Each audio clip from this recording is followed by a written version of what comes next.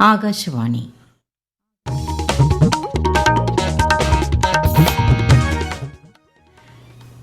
നമസ്കാരം. പ്രാദേശിക വാർത്തകൾ വായിക്കുന്നത് ശ്രീലത.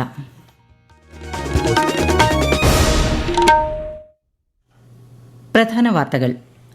ലോക്സഭാ തെരഞ്ഞെടുപ്പിന്റെ 4ാം ഘട്ടത്തിലേക്കുള്ള പരസ്യപ്രചാരണം അവസാനിച്ചു. വോട്ടെടുപ്പ് മറ്റന്നാൾ. അഭിപ്രായ സ്വാതന്ത്ര്യമെന്നാൽ വിഘടനവാദത്തെ പിന്തുണയ്ക്കാനുള്ള സ്വാതന്ത്ര്യമല്ലെന്ന് വിദേശകാര്യമന്ത്രി എസ് ജയശങ്കർ. ആഗോളതലത്തിൽ മലയാളി നഴ്സുമാർക്ക് വൻ സ്വീകാര്യതയാണ് ഉള്ളതെന്ന് മന്ത്രി വീണ ജോർജ്. സംസ്ഥാനത്ത് സർക്കാർ മേഖലകളിൽ ഈ വർഷം 1020 BSc നഴ്സിംഗ് സീറ്റുകൾ വർദ്ധിപ്പിച്ചതായും ആരോഗ്യമന്ത്രി.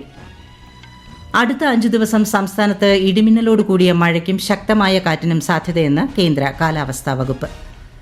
കടുത്ത വേനലിനെ തുടർന്ന് പാലക്കാട് ജില്ലയിൽ 32 കോടിയിലധികം രൂപയുടെ കൃഷിനാശം സംഭവിച്ചതായി വിദഗ്ധ സമിതി. IPL ക്രിക്കറ്റിൽ ഇന്ന് Kolkata night Riders Mumbai Indians പോരാട്ടം. വാർത്തകൾ വിശദമായി. ലോക്സഭാ തെരഞ്ഞെടുപ്പിന്റെ 4ാം ഘട്ടത്തിലേക്കുള്ള പരസ്യപ്രചാരണം അവസാനിച്ചു. നാളെ നിശബ്ദ പ്രചാരണമാണ്. മറ്റന്നാളാണ് വോട്ടെടുപ്പ്. അതിനിടെ രാജ്യത്ത് ലോക്സഭാ തെരഞ്ഞെടുപ്പിന്റെ അവശേഷിക്കുന്ന ഘട്ടങ്ങളിലേക്കുള്ള പ്രചാരണം ഊർജിതമായി പുരോഗമിക്കുന്നു. പ്രധാനമന്ത്രിയും മുതിർന്ന BJP നേതാവുമായ നരേന്ദ്രമോദി ഇന്ന് ഒഡീഷയിൽ പ്രചാരണ പരിപാടികളിൽ പങ്കെടുത്തു. കോൺഗ്രസ് ദേശീയ അധ്യക്ഷൻ മല്ലികാർജ്ജുൻ ഖാർഗെ ബീഹാറിൽ തെരഞ്ഞെടുപ്പ് റാലിയെ അഭിസംബോധന ചെയ്തു. AICC general secretary Priyanka Gandhi ഇന്ന് മഹാരാഷ്ട്രയിലും തെലങ്കാനയിലുമാണ് പര്യടനം നടത്തിയത്. ഉത്തർപ്രദേശിൽ 13, മധ്യപ്രദേശിൽ 8, മഹാരാഷ്ട്രയിൽ 11, ജമ്മുകാശ്മീരിൽ 1, ബീഹാറിൽ 5 സീറ്റുകളിലാണ് 4ാം ഘട്ടത്തിൽ തെരഞ്ഞെടുപ്പ് നടക്കുന്നത്. 3ാം ഘട്ട ലോക്സഭാ തെരഞ്ഞെടുപ്പിൽ 65.68% പോളിംഗ് രേഖപ്പെടുത്തിയതായി കേന്ദ്ര തെരഞ്ഞെടുപ്പ് കമ്മീഷന്റെ അന്തിമ കണക്കുകൾ. 93 പാർലമെന്റ് മണ്ഡലങ്ങളിലായി നടന്ന വോട്ടെടുപ്പിൽ 66.89% പുരുഷ വോട്ടർമാരും 64.41% സ്ത്രീ വോട്ടർമാരും സമ്മതിദാനാവകാശം വിനിയോഗിച്ചു. 25.2% ട്രാൻസ്ജെൻഡർമാരും വോട്ട് ചെയ്തു. അഭിപ്രായ സ്വാതന്ത്ര്യമെന്നാൽ വിഘടനവാദത്തെ പിന്തുണയ്ക്കാനുള്ള സ്വാതന്ത്ര്യമല്ലെന്ന് വിദേശകാര്യമന്ത്രി എസ് ജയശങ്കർ. കാനഡയിലെ വിഘടനവാദ സംഭവങ്ങളെ സൂചിപ്പിച്ചാണ് വിദേശകാര്യമന്ത്രിയുടെ പരാമർശം. വിഘടനവാദികൾക്കും തീവ്രവാദ ശക്തികൾക്കും കാനഡ രാഷ്ട്രീയ ഇടം നൽകിയിട്ടുണ്ടെന്നും അദ്ദേഹം പറഞ്ഞു. ഇന്ത്യയും ചൈനയും തമ്മിൽ ചർച്ച തുടരുകയാണെന്നും ഇരു രാജ്യങ്ങളും തമ്മിലുള്ള ബന്ധം സാധാരണ നിലയിലാകണമെങ്കിൽ തർക്കവിഷയങ്ങൾ പരിഹരിക്കേണ്ടതുണ്ടെന്നും അദ്ദേഹം അഭിപ്രായപ്പെട്ടു.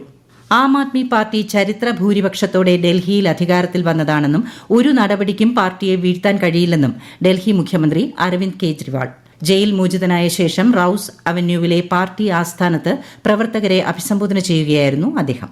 ഇന്ത്യ മുന്നണി അധികാരത്തിൽ വരുമെന്നും AP അതിന്റെ ഭാഗമാകുമെന്നും അദ്ദേഹം കൂട്ടിച്ചേർത്തു. ആഗോളതലത്തിൽ മലയാളി നഴ്സുമാർക്ക് വൻ സ്വീകാര്യതയാണ് ഉള്ളതെന്ന് മന്ത്രി വീണ ജോർജ്. ആരോഗ്യ മേഖലയുടെ നെടും തൂണായ നഴ്സുമാരുടെ സേവനം സമാനതകളില്ലാത്തതാണ്. നഴ്സിംഗ് മികവിന്റെ സമ്പന്നമായ പാരമ്പര്യമാണ് കേരളത്തിനുള്ളത്. ഫ്ലോറൻസ് നൈറ്റിംഗേലിന് നഴ്സിംഗ് എന്നത് സേവനം മാത്രമായിരുന്നെങ്കിൽ ഇന്നത് ഒരു പ്രധാന തൊഴിൽ മേഖലയായി മാറിയിരിക്കുന്നതായും അന്താരാഷ്ട്ര നഴ്സസ് ദിനത്തോടനുബന്ധിച്ച് പുറത്തിറക്കിയ പ്രസ്താവനയിൽ മന്ത്രി പറഞ്ഞു. സർക്കാർ മേഖലകളിൽ ഈ വർഷം 1020 BSc നഴ്സിംഗ് സീറ്റുകളാണ് വർദ്ധിപ്പിച്ചത്.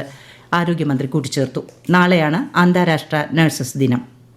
സംസ്ഥാനത്ത് അടുത്ത 5 ദിവസം ഇടിമിന്നലോടുകൂടിയ മഴയ്ക്കും ശക്തമായ കാറ്റിനും സാധ്യതയുണ്ടെന്ന് കേന്ദ്ര കാലാവസ്ഥാ വകുപ്പ്. ഇന്ന് പത്തനംതിട്ട, എറണാകുളം, ഇടുക്കി, പാലക്കാട്, വയനാട് ജില്ലകളിലും നാളെ പത്തനംതിട്ട, ഇടുക്കി, വയനാട് ജില്ലകളിലും മഞ്ഞ ജാഗ്രതയാണ്.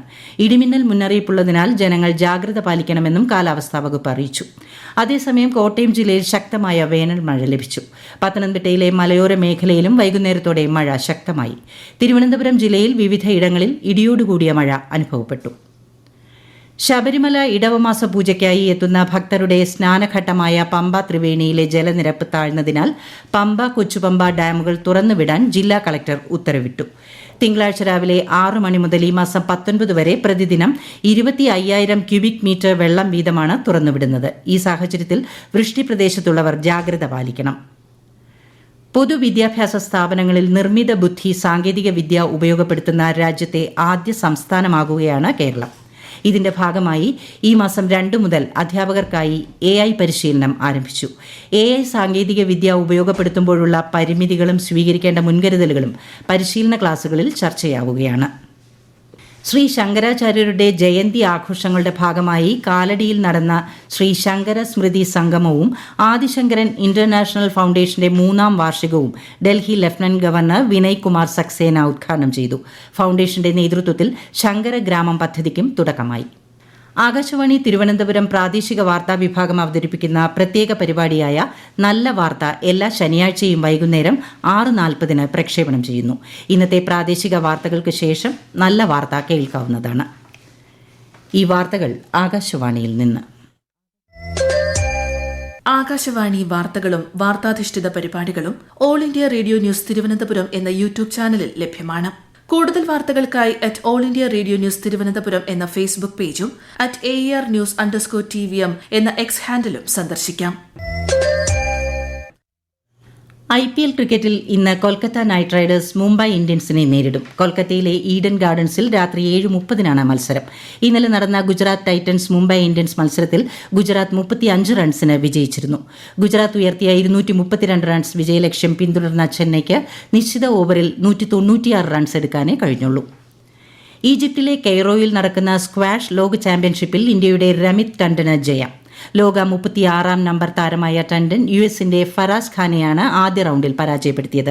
ചാമ്പ്യൻഷിപ്പിൽ മത്സരിക്കുന്ന ഏക ഇന്ത്യൻ താരമായ രമിത് നാളെ 2ാം റൌണ്ടിൽ ഇംഗ്ലണ്ട് താരത്തോടാണ് ഏറ്റുമുട്ടുന്നത്.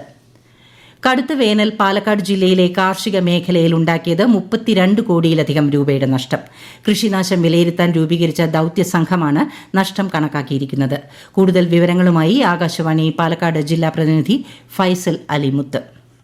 പാലക്കാട് ജില്ലയിലെ 3500ഓളം ഹെക്ടർ പ്രദേശത്ത് വേനൽ ബാധിച്ചതായാണ് റിപ്പോർട്ട്. 4000ഓളം കർഷകരുടെ കാർഷിക വിളകൾക്ക് നഷ്ടമുണ്ടായി. 2ാം വിള നെൽകൃഷിയെയാണ് വരൾച്ച രൂക്ഷമായി ബാധിച്ചത്. 1080 ഹെക്ടർ സ്ഥലത്തെ നെൽകൃഷിക്ക് ഉണക്കം നേരിട്ടിട്ടുണ്ട്. പച്ചക്കറി കൃഷിയെയും വരൾച്ചയും ജലക്ഷാമവും ദോഷകരമായി ബാധിച്ചിട്ടുണ്ട്.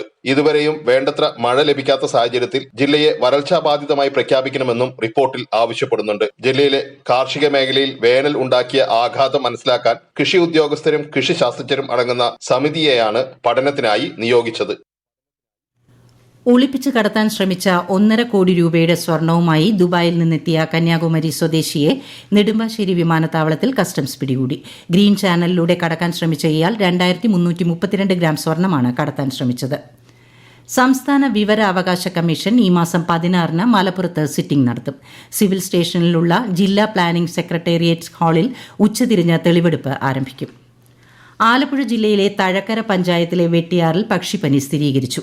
കൊയ്ത്തു കഴിഞ്ഞ പെരുവേലിൽ ചാൽപുഞ്ചയിൽ തീറ്റയ്ക്കായി 1.5 മാസം മുമ്പ് കൊണ്ടുവന്ന താറാവുകൾക്കാണ് രോഗബാധ. 3000 താറാവുകൾ നേരത്തെ ചത്തിരുന്നു. ഹിമാചലിൽ അപകടത്തിൽ മരിച്ച മലയാളി സൈനികന്റെ മൃതദേഹം നാട്ടിലെത്തിക്കാൻ ശ്രമം തുടങ്ങി.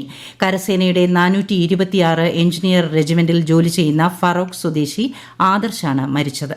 സിംലയിൽ ഡ്യൂട്ടിയുടെ ഭാഗമായി ക്യാമ്പിൽ നിന്നും യൂണിറ്റ് ലൊക്കേഷനിലേക്ക് യാത്ര ചെയ്യുന്നതിനിടെ മണ്ണിടിച്ചിലിൽ വാഹനത്തിന്റെ മുകളിലേക്ക് പാറക്കല്ല് വീണ് അപകടമുണ്ടായെന്നാണ് ലഭിച്ച വിവരം. ഹരിത കേരള മിഷന്റെ നേതൃത്വത്തിൽ സ്കൂൾ വിദ്യാർത്ഥികൾക്കായി സംഘടിപ്പിക്കുന്ന ജൈവ വൈവിധ്യ പഠനോത്സവം ഈ മാസം 20 മുതൽ 3 ദിവസങ്ങളിലായി അടിമാലിയിലെ ജൈവ വൈവിധ്യ കേന്ദ്രത്തിലും മൂന്നാറിലുമായി നടക്കും. ലോക ജൈവ വൈവിധ്യ ദിനാചരണത്തോടനുബന്ധിച്ചാണ് പരിപാടി. ഇടുക്കി ജില്ലയിലെ അടിമാലിയിൽ ഹരിത കേരള മിഷൻ സ്ഥാപിച്ച നീലക്കുറിഞ്ഞി ജൈവ വൈവിധ്യ വിജ്ഞാന പഠന കേന്ദ്രത്തിന്റെ കമ്മ്യൂണിറ്റി തല പരിപാടികളുടെ ഭാഗമായാണ് പഠനോത്സവം. കൃഷി വിജ്ഞാന കേന്ദ്രങ്ങളുടെ സുവർണ ജൂബിലി ആഘോഷമായ സുവർണ സമൃദ്ധിക്ക് തിങ്കളാഴ്ച തൃശൂർ ജില്ലയിൽ തുടക്കം കുറിക്കും. കേരളത്തിലെയും ലക്ഷദ്വീപിലെയും 15 കൃഷി വിജ്ഞാന കേന്ദ്രങ്ങളിൽ നിന്നുള്ള പ്രതിനിധികൾ കാർഷിക സർവകലാശാല ആസ്ഥാനത്ത് നടക്കുന്ന പരിപാടിയിൽ പങ്കെടുക്കും. കൃഷിയിട പരീക്ഷണങ്ങൾ, പ്രദർശനങ്ങൾ, പരിശീലനങ്ങൾ എന്നിവ വഴി കാർഷിക ഗവേഷണ ഫലങ്ങൾ കർഷകരിലേക്ക് എത്തിക്കുന്ന നിർണായക ഉദ്യമമാണ് കൃഷി വിജ്ഞാന കേന്ദ്രങ്ങൾ നടപ്പിലാക്കുന്നത്. പ്രധാന വാർത്തകൾ വീണ്ടും. ലോക്സഭാ തെരഞ്ഞെടുപ്പിന്റെ 4ാം ഘട്ടത്തിലേക്കുള്ള പരസ്യ പ്രചാരണം അവസാനിച്ചു. വോട്ടെടുപ്പ് മറ്റന്നാൾ. അഭിപ്രായ സ്വാതന്ത്ര്യമെന്നാൽ വിഘടനവാദത്തെ പിന്തുണയ്ക്കാനുള്ള സ്വാതന്ത്ര്യമല്ലെന്ന് വിദേശകാര്യമന്ത്രി എസ് ജയശങ്കർ. ആഗോളതലത്തിൽ മലയാളി നഴ്സുമാർക്ക് വൻ സ്വീകാര്യതയാണ് ഉള്ളതെന്ന് മന്ത്രി വീണ ജോർജ്. സംസ്ഥാനത്ത് സർക്കാർ മേഖലകളിൽ ഈ വർഷം 1020 BSc നഴ്സിംഗ് സീറ്റുകൾ വർദ്ധിപ്പിച്ചതായും ആരോഗ്യമന്ത്രി. അടുത്ത 5 ദിവസം സംസ്ഥാനത്ത് ഇടിമിന്നലോടുകൂടിയ മഴയ്ക്കും ശക്തമായ കാറ്റിനും സാധ്യതയെന്ന് കേന്ദ്ര കാലാവസ്ഥാ വകുപ്പ്. കടുത്ത വേനലിനെ തുടർന്ന് പാലക്കാട് ജില്ലയിൽ 32 കോടിയിലധികം രൂപയുടെ കൃഷിനാശം സംഭവിച്ചതായി വിദഗ്ധ സമിതി.